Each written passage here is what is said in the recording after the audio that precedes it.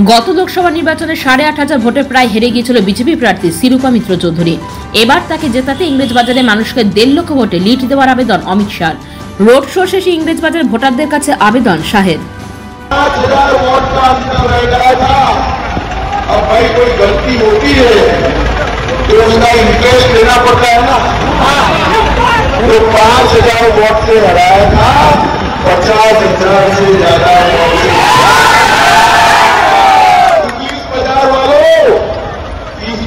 सिर्फ इंग्लिश बाजार से 1 लाख की लीड से कमल खिलाना।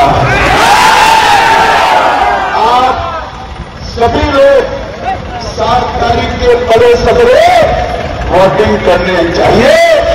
निर्भया दीदी को चुनकर लाइए और मोदी जी को प्रधानमंत्री बनाइए। जय श्री राम।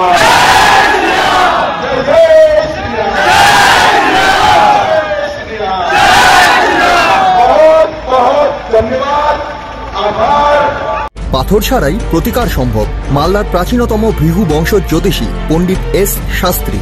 দাম্পত্য সমস্যা, বিবাহে বাধা, ব্যবসায় অবনতি, পরীক্ষায় অকৃতকার্যতা, ভাগ্য গণনা, গোষ্ঠী বিচার, ঠিকুচি গোষ্ঠী এবং মৃত্যু ছাড়া সকল সমস্যার সমাধানের জন্য যোগাযোগ করুন জগদম্বা জ্যোতিষ কেন্দ্র, বিবেকানন্দ স্কুলের পাশে, মালদা। মোবাইল 09733027832 অথবা 09332056956।